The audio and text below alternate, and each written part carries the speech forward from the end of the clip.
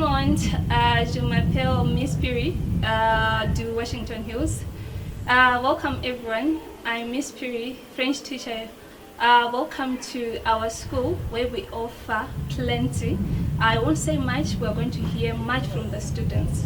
Washington Hills is very conducive for learning. The teachers are very initiative and interactive when it comes to what they do. So it is not just about learning. They actually enforce a mentality that this has to be practiced. It is a school where a student body is mentored into a person who can handle reality, a person who can act into the world, a person who is productive. We have a couple of co-curricular activities, for example, sporting in clubs. We have debate, we have got interact, we have got Leo Club. All these clubs, they nurture and groom someone into someone who's great. So this school is an institution which can be great for you, an institution which you can call exquisite. And not to brag, even in our public examinations, for example, Cambridge, ZIMSEC and HEXCO, we are excellent. Voilà, on a déjà entendu, Washington Hills, c'est une école qui est très très bien. Well, we have heard from the horse's mouth what the school is all about. So now we invite you all to come in your numbers. Trust us, you won't be disappointed by bringing your children to this school.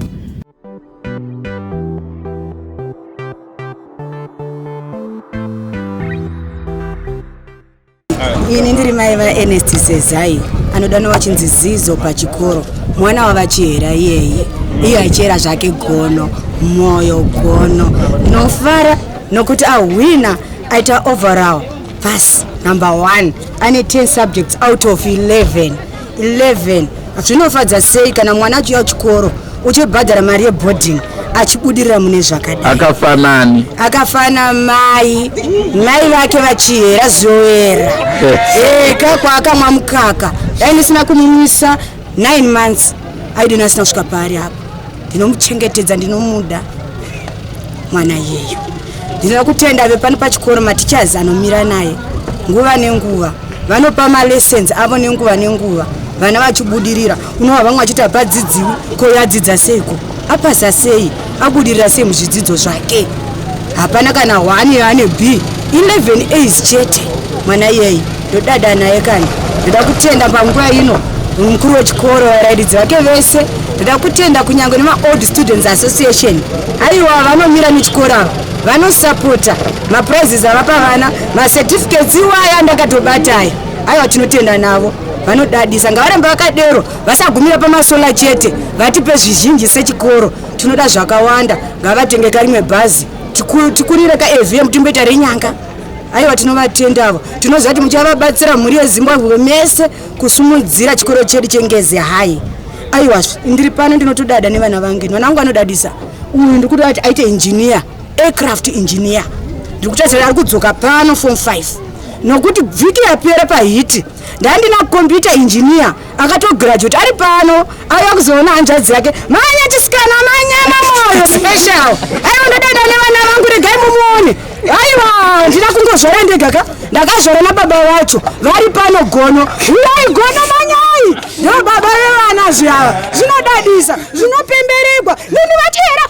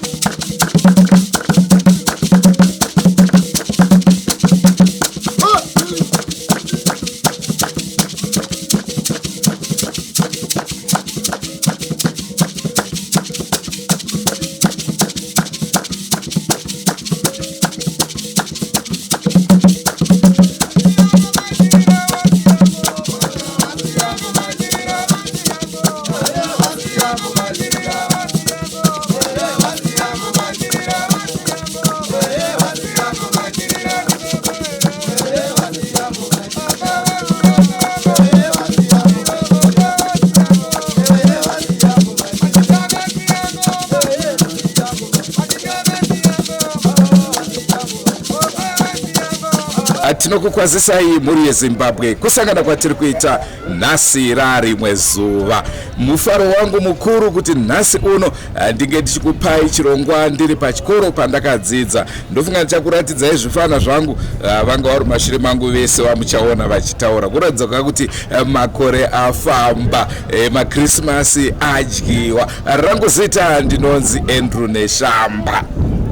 Makadi aiwa tinofara tinosimba nzo tinofara kuti nhasi tiri pamakadzidza. Nhasi ndokwanisa kuti mukau dautombonzwa kuti maizvifambisa sei pazvidzidzo apa maikwikwidza here kana zvanga zvakamira sei? Inini ndaisatombonya nyonzi. Ndinogona kana kuti ndiri dofo taidzainzi middle class. Selibingelela balalele emakhaya ekuhlangana kwethu njalo namhlanje kolunye uhlelo silapha eNgezi elamigama ngingutshadiwa na Shekhuthama Ngezi high school kwamamina kwamakaona moto uchinganduma kuya kwakabva vanatando nachera vakutandaniswa ndiko kwatiri ndokumudzi kwedu. Naizvozvo mhuri yeZimbabwe nhasi uno tingade kukuzivisai kuti chirongwa chino hachisi chemashiripita amunosiona. Naizvozvo vanenge vasingafarirawo kunzwa zvefundo, aiwa munotenderwa kuti munge muchizorora henyu musatarise program. Asiwo zvakanakira kuti muzivo zviri kuitwa nemamwe maold students kuzvikoro zvavo. Naizvozvo kune vanoda kudzidza nevane zvikoro zvinenge zvine speech and prize giving day makasununguka zvakare kuti daidza namba dzedu ndidzo dzamuri kuona idzo. Ichokwadi liqiniso balalele emakhaya siyakwazi abaningi benu selijayele ukuthi iDrewmas media ichona iliphathela izindaba ezinjani ezenyoka ezobuthakathi ezani, kodwa ke namhlanje size lohlelo oluhlukeneyo.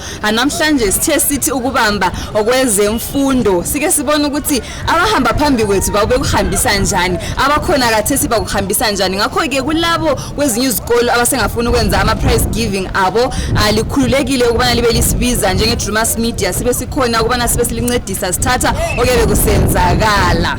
Ndejera kutandanisa nekamera vana sekuru vachibata nyoka. Izvi zvefundo izvi zvinototityisa. Zvinototidzika mebichana katajaira zve kikiri. Asengwa dzesekuru yeZimbabwe tinokurudzirai kusubscribe kuDrewmas media. Drewmas media taking you to another level. Naizvozvo muchirongwa chanhasi tichakupai maold students, tichakupai mastudents aripo, tichakupaiwo zvakare vabereki tinzwe kuti vanoti chii. Mastaff members kana tawanawo vanenge vachida kutaura aiwa vakasununguka zvakare mukana wavo kuti vange vachitaura pamusoro pechikoro chavo. Likho nokubalalele emakhaya sabe silinikeza ke ama-former students abazali laba abalisi abangabe bekhululekile ukubana bebe bekhuluma kuhlelo lwethu lanamhlanje.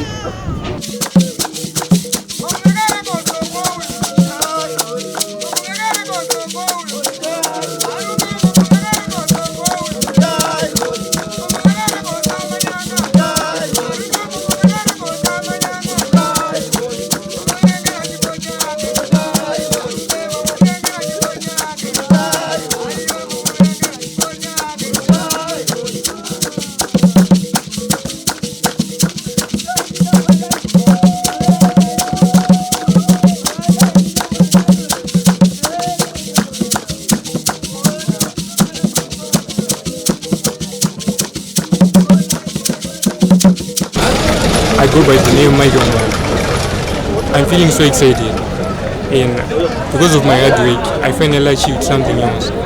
This 15 points has made me sure that I showcase my talent.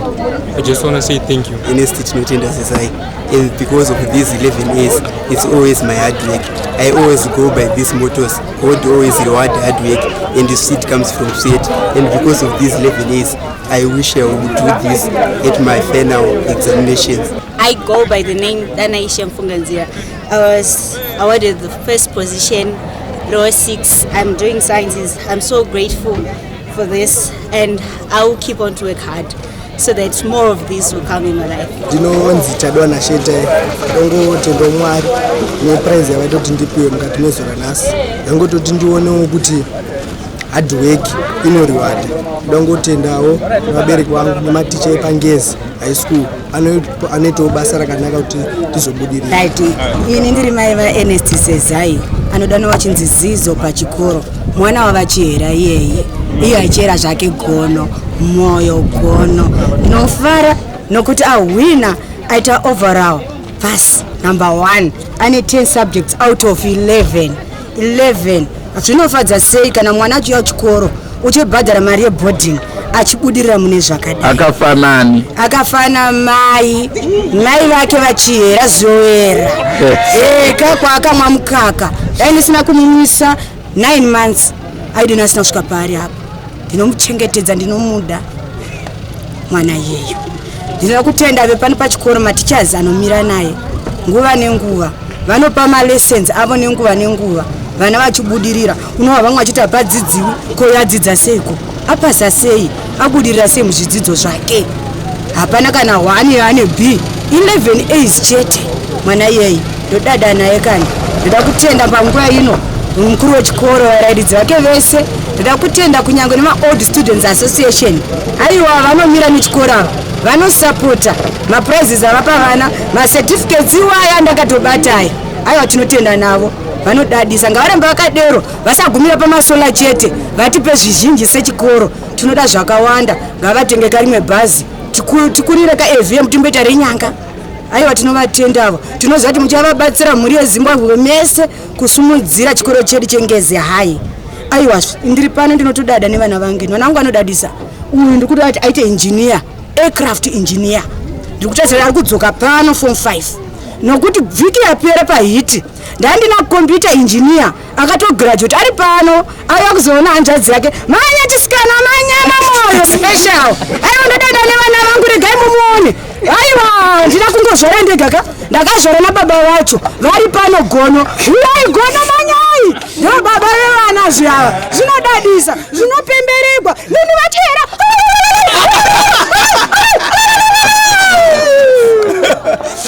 baba imbotaura itinzi mwana dzoka uya mukomana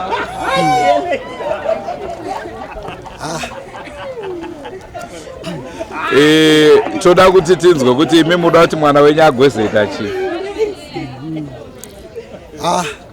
ini ndichokutanga ndafara sababa vaErnest tinotenda zezai Ernest mwana anodadisa anodzidza nesimba shungu dzangu ndedzekuti dai agona kuva aircraft engineer kana izvozvo zvikakona kana chiremba tinotendera hamudi kuti aite mutoro wenhau mutoro wenhau zvakanakawo asi zvakanakawo asi sepavapa tinoda kuti dai zvangorerekerawo kune rumwe rutivi kuitira kuti zvifambe zvakanaka tigofara vanotora nhau vanoita basa rakanaka zvikuru tine vamwe vadiki vatichati vazoendawo ikoko nokuti manzwa nezvasoftware engineer mukanzwa futi nezveuyo tiri kuti toda kuti aite chi aircraft engineer saka wozoteverawo akaita mutoro wenhau zvese zvobva zvatichechetera muchikomana wanzwa kazvokutaurwa navabereki asi iwo basa rauda kuzita nderei risiri kusarudziro ndiro chero ravataura rekuti chii aircraft engineer aiwa tinotenda naitwa Mufandarabwa Sharadzi mai vaAdrewmas ndiri kunzwa kufara zvikuru nezvaitwa nemwanakomana wangu handina kunge ndakazvitarisira kuti zvichange zvakaita saizvozvo asi ndanzwa kufara zvikuru ndafara ndine mufaro wakawandisa kuburikidza nechirongwa chaitwa even neNgezi as a school vatigonera vaita zvinoita kuti vakurudzire vana vese kuti vade kuperforma vachiexcella in everything zvavanoita. I'm very happy. Ndinoti atrain mwanangu ramba wakadaro. This is your time. You don't need to relax. Keep on working hard so that you produce better results at the end of your O-level exams. Ndoda kunzwa iwo chikomana unoda kuzoite chiwo kana wapedza chikoro. Ndapedza chikoro ndoita cyber security and forensic auditing. Ndakangaswa nemotokari dzokorora. Cyber security and forensic auditing. Okay. Sei uri kuda basa irori? Ndikuda basa irori because I have passion, ndine love nemacomputers, saka just do something associated nemacomputers. Ndinonzi Moses Tai, baba vatadiwa na Sheikh Tai. Ari kuita form 4 masciences Pangezi high school. tinofara nechikoro chinonzi Ngezi nekuti chakadzisa mwana wedu tsika nekumudzidzisa kubva form 1 kusvikira form 4 vachimudzidzisapo unhu tichitenda vamupande vanga vari headmaster vacho nguva iyoyo vaiemphasiza nyaya yeunhu saka tinotenda. Ndinoitwa mai Tai, mai vatadiwa naSheitai. Ndinonzwa kufara chaizvo neperformance yatadiwa naSheitai ari pano Pangezi. By 2020 pandakaya ndichimusiya pano tadiwa ari kadiki ndichiwa kurwadza mwoyo zvachose. Asi ndinotenda pano because vakamuchengetedza ndaiwa kudlika mwoyo ndichiti mwana wangu but ndakaona kuti panapo panochengetedzwa vana ende vana vanodzidziswa unhu vanovaguruma all corners smartness nezvese ndakazviona zviproducwa pano Pangezi. Saka ndinonzwa kufara zvakanyanya neperformance yake paform 4 yake. Ndinongoti ndatova nehope nekudzidziswa kunoitwa pano, ndava nehope yekuti even maresults ake pakupedzisira achangova achandifadza futi samafariro andaita nhasi.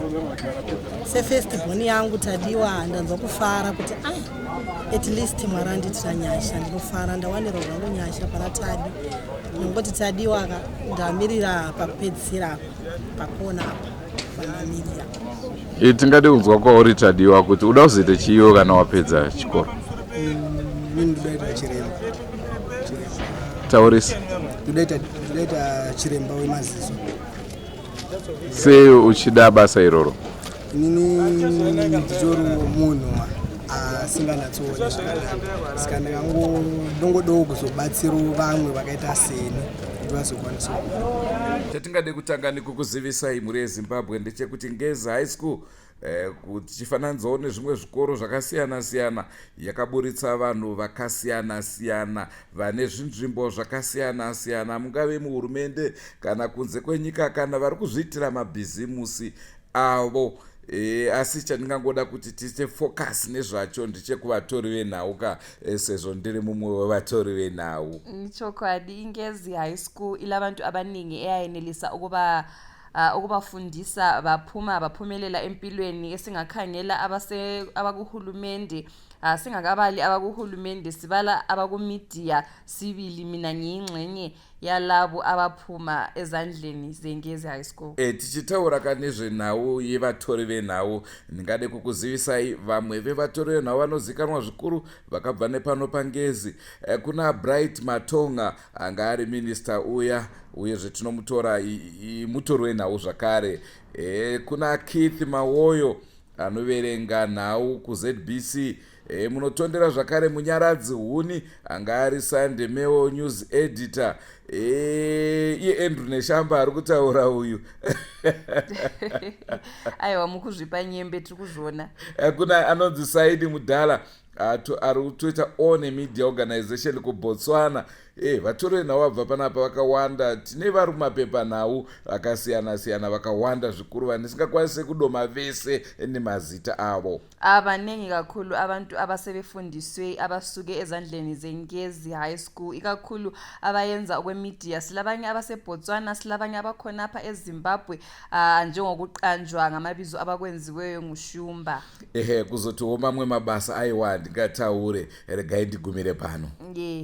Toperera ipapo tisataure zvese zvakawandisa kazvinobuda maoko eNgezi. Ndinonzi Leonard Jugwa ndakadzidza paNgezi High School saka currently iye zvino ndini president weformer students the Ngezi Old Students Association and tiri pano kutsigira chikoro chedu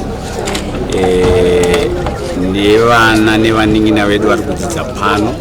Saka isusu sesangano reNosa panguva nenguva pachikoro chedu chatakafunda tinocontributa kana kuti tinobatsiridza nemaprizes panguva yakafanana seino speech and prize giving day.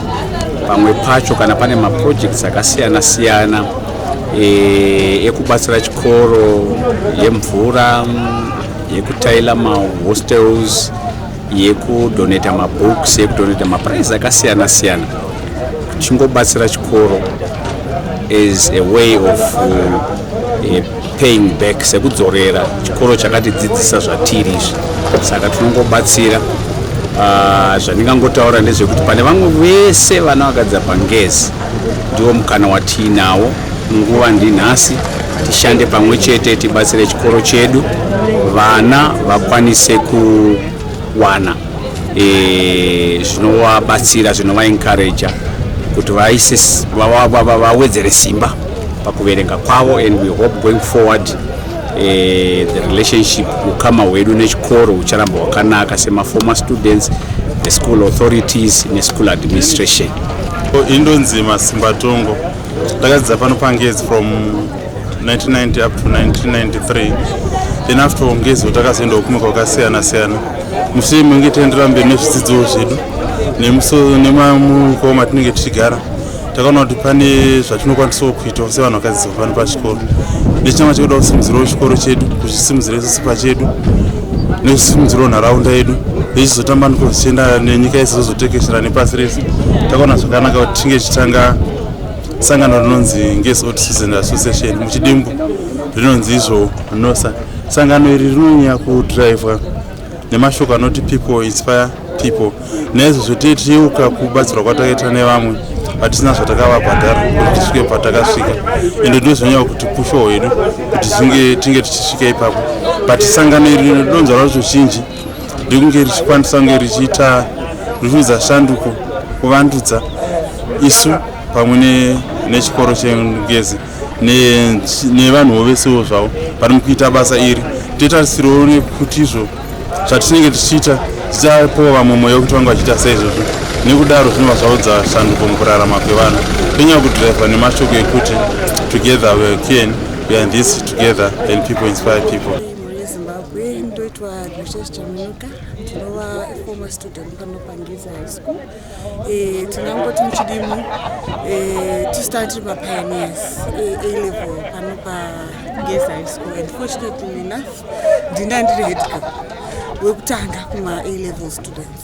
Ndinodadiswa nekuvandudzika kwekuramba kuchita chikoro, and I'm more than excited kutoona kuti tisi takainventa mablazer kana mamboona emeruni tisi takauya necolor combination nevamwe vangu, and I just thought it was best to then plow back to the school. And tinofara zvikuru tichiona vana varamba vachidzidza vachiita zvakasiyana siyana.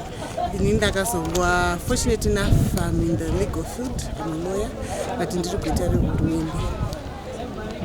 Tingada kuziva kuti pa-A-level yenyu makabuda zvakaita sei? Pa-A-level I was fortunate enough to have 10 points. Ndo yakairi a benchmark yekuda kuona kuti it was a try and error. Tikango try and error team kana selection yatakaitwa, saka vaida kuona kuti Ngezi hai inokwanisa here kune capacity yekuti izoramba ichiendera mberi. So I think this stream yedu we managed to perform very well, and we had 10 A's and vazhinji vaimbotambira ipo. Igama lami nguDennis Chikore. Mina ngafunda lapha eNgezi from 1989 to 1992. Sibuye lapha kuzabona abantwana benikwa imivuzo yabo, sisupporta nathi i-prize giving day. Lapha ngibuye njengenosa Ngezi Old Students Association. So sibuye lapha lemvuzo lathi ngesikhathi sethu kwakungela into enjengaleyo. So saliqalisa iqembu leli, siyabona ukuthi nami niyathaba kakhulu ukuthi sibona abantwana benika umvuzo yabo, nathi sikhona kathesi sifika lapha ngo-1989 kwakunganje. Ngingakutshela ukuthi lapha isime khona leli ground lebhora kutsho ukuthi hayi isikolo sesikhulile. Lama results sisabona lapha sibona ukuthi hayi at national level again hayi isikolo sesimprove kakhulu. So sifisela ukuthi isikolo siye phambili, lathi inosa sibambane lesikolo sincedisa lathi la yohulumende engenela, ngathi nalawo hayi sokukahle. Singathanda ukuba wazi ukuthi lingayinelisa yini ukusichasisela ukuthi yikuphi kahle kahle eselithela ukuncedisa eselithela ukucontributor lina njengeqembu lenu esingathi kuyabaleka njengokuthi kulamabhasi elawathengayo lizimele lilodwa kungela sekelo oluvela kubakhokheli besikolo? Siqalisa iqembu lethu leli singathi ilaunch enosa. Safunde sathatha umntwana wayelapha sambona i-prize giving day njengaleyi. So some adopt umntwana lwana. She was a very bright student. She was a girl child. Samfundisa. Sasuka khonapho since that day sibuya lemvuzo. Silama program esinawo ukuthi sibone ukuthi singancedisa isikolo. The major program esilayo is to build a multi-purpose hall. Sakwazi ukuthi hayi asikwanisi ukwenza ngelanga ngomnyaka hayi ukuthatha isikhathi but sine plan yakhona. Ngore singathanda ukwazi ukuthi amazwi elingafuna ukwaletha kwezinye izikolo ezingakaqalisi ukunanzelela ukuthi njengama former students kukhona abangayenelisa ukukuletha okungasiza isikolo. Thina njengenosa city people inspire people. So we are inspiring labo abamfuma students esikolo zonke eZimbabwe ukuthi babuthane babuye kithi sibanika amacebo ukuthi bastarta njani because thina we are an official organization sa register ngeministry bayasazi isikolo sisi-invite ngapha sabancedisa sibili. Ngokunanzelela kwami ngibona kuyinto enzima ukuthi uzuyenelisa ukuthi ngoba nxa siqeda khona apha A-level abanye omunye ehamba ngale omunye ehambe ngale omunye ehambe ngale sithatha indlela ezishiyeneyo. Singathanda ukwazi ukuthi lina la kwenelisa njani ukuthi libambane lilumbane liyakha into eyodwa. Ngingamnika i-example yenkukhu uqala iqanda into njengalezi. It all begins as an idea. So start the idea leyana, we dream about it, and at the end of the day we put it into action. That's what we did. It all started at one member, a 1990 members house by the name of Mr. Andrew Nishamba. We were there, and that's when Neta Unosa was born.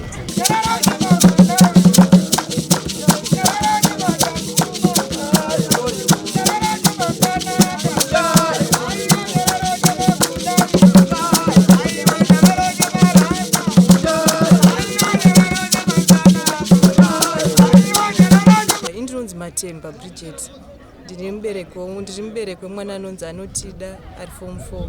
aiwa hatiri kufara. We are appreciating the work iri kuitwa neNgezi high school. Vana vedu vari kupasa, vana vedu vari kudzidza zvakanaka. Keep up the standards. Kana chikafu chekudining aiwa we are so happy. Vana vedu vane utano zvakanaka. Thank you Ngezi high school.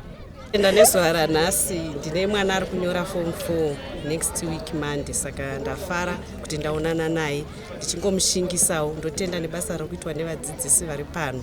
Tatenda nekungogamuchirika sevabereki.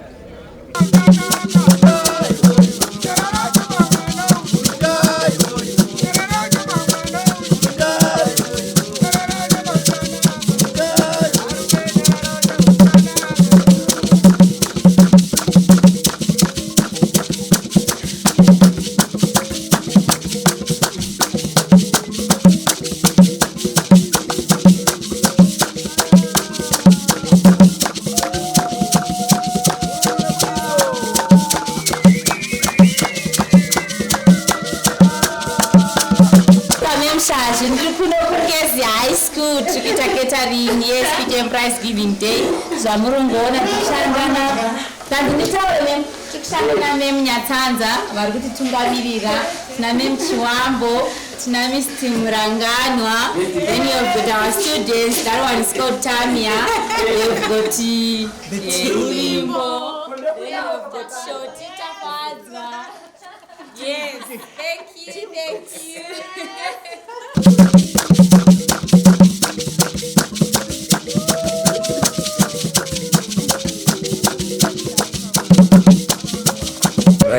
ari kutaura nemi anonzi Kowo Bernard, schools inspector Mhondoro Ngezi.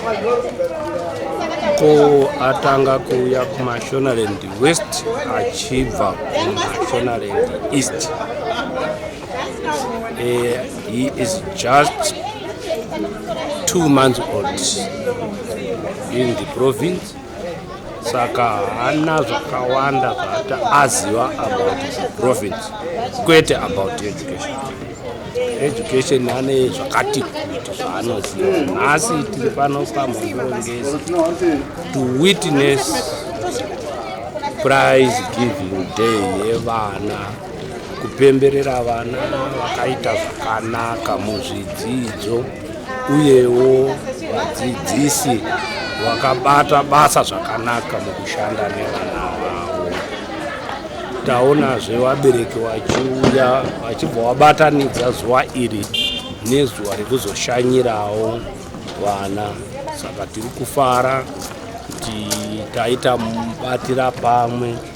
Zvakadaro hazvo ishuwiro yedu yokuti tichienda mberi tichada kuzonge tichibatanawo nemapazi akawanda anosapota dzidzo dzedu, sekuti vabereki tosangana navo vari vega pasina vana, kuitira kuti titaure nekuzivisana mafambire ari kuita zvidzidzo. Kazhinji panosangana vanhu kana taakutaura pane mumwe mutauro usingazonyatsokodzera kutaura pane vana vasiri vezero redu. Saka izvozvo tinozvisira kuti musi watichazoronga tosangana tinenge taakutaurirana muhudzamu, tozoshuwira kuti deno tazosanganazve vadzidzisi nesu pazuva risiri ranhasi, kuitira kuti tionesane matiri kugona, matiri kutadza, zvekushanduka kuri kuita mitemo inofambirana nezvedzidzo.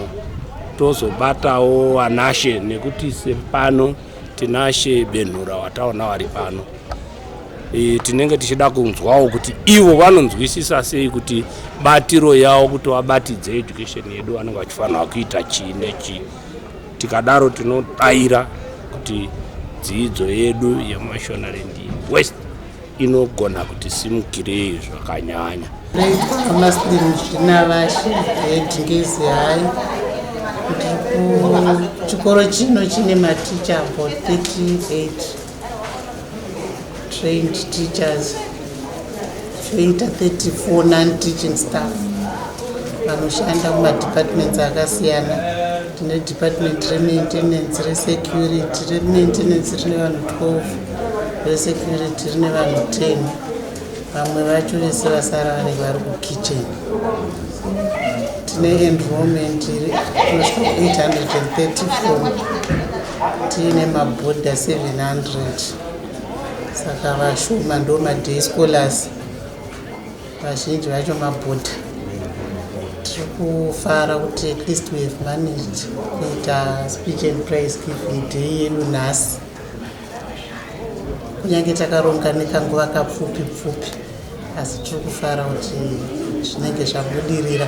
Takukwanisa kutanga nekuawada position 1 to 3 pafomu yega yega, ndo vatakagadzirira zvinhu zvakakura, tichitenda kunyange nemadonations atawana kubva kune macompanies akwanisa kutidoneterawo, asi zvizhinji takatenga tega neSDC nekubatsirwa neSDC.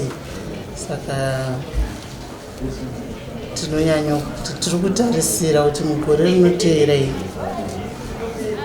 enrollment yedu inenge yati kwirei, yasvikawo kuma850 or 890, asati akuda kupinda kuma900. Tiri kuda nenyaya yekuti infrastructure yedu haikwanisi kuakomodheta vana vakawanda kudaro. Saka tiri kutarisira kuti maresults evana vedu for next year anenge akasimuka zvakanyanya, nenyaya yekuti takaintroduce night study iri kusvika na9:30 ichitanga na6, mashure kwesoka yaimbotanga na6 ichipera na8. Tiri kutarisirawo kuti nemablock studies avanga vachiita kubva paholiday pavatanga vacation school havana pavakambowana rest vanga vari kudzidza neweekend saturday sunday matichers achifarira kudzidzisawo vana vacho of course vana vaicomplain vachiona kuti study yacho iri kurwadza but tiri kufunga kuti nekurwadza kwazvaazvichiita tine maresults akati kurei saka tinofara chaizvo nezuva ranhasi speech and prize giving day ceremony yatakwanisa kuita nekurewardhawo mavarairidzi vakaita ma100% pass rate ku-A-level neku-O-level. Which was now a lender from Mhondoro Ngezi District Council, YOMIRAMIRA CEO and the acting social services officer. We are the responsible authority at the school. It's a council school.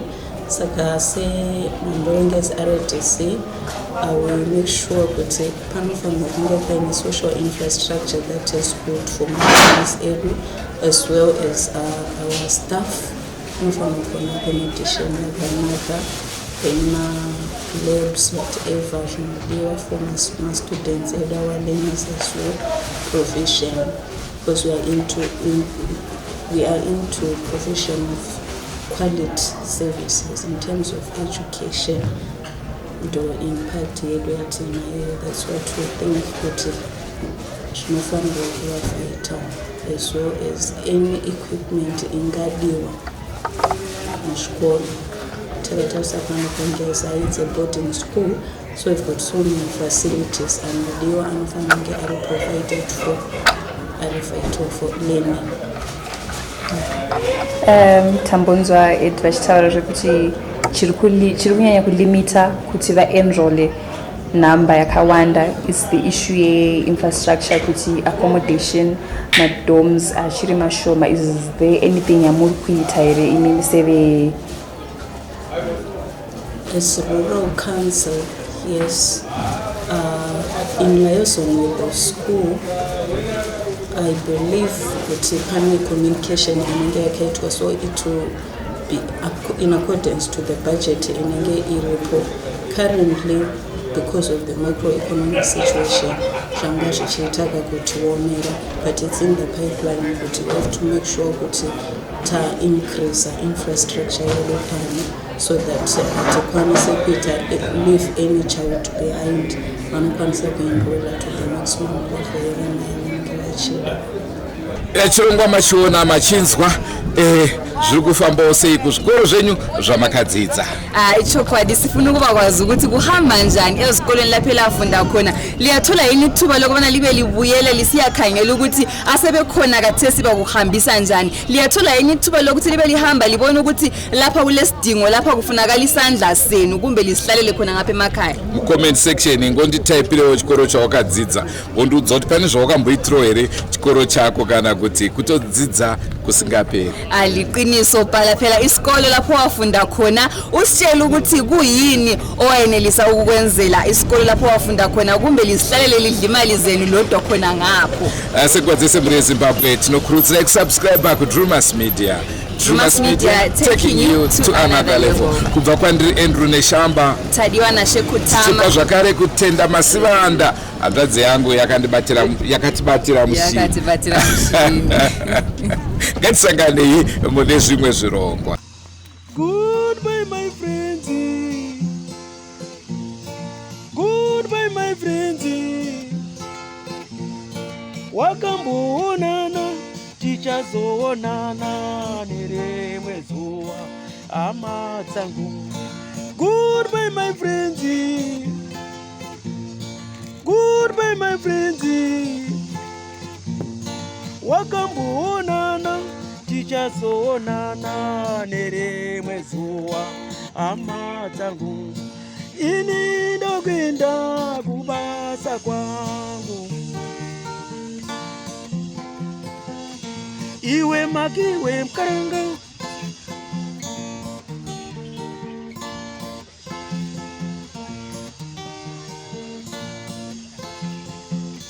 Iwe makiwe mkaranga. Iwe makiwe mkaranga.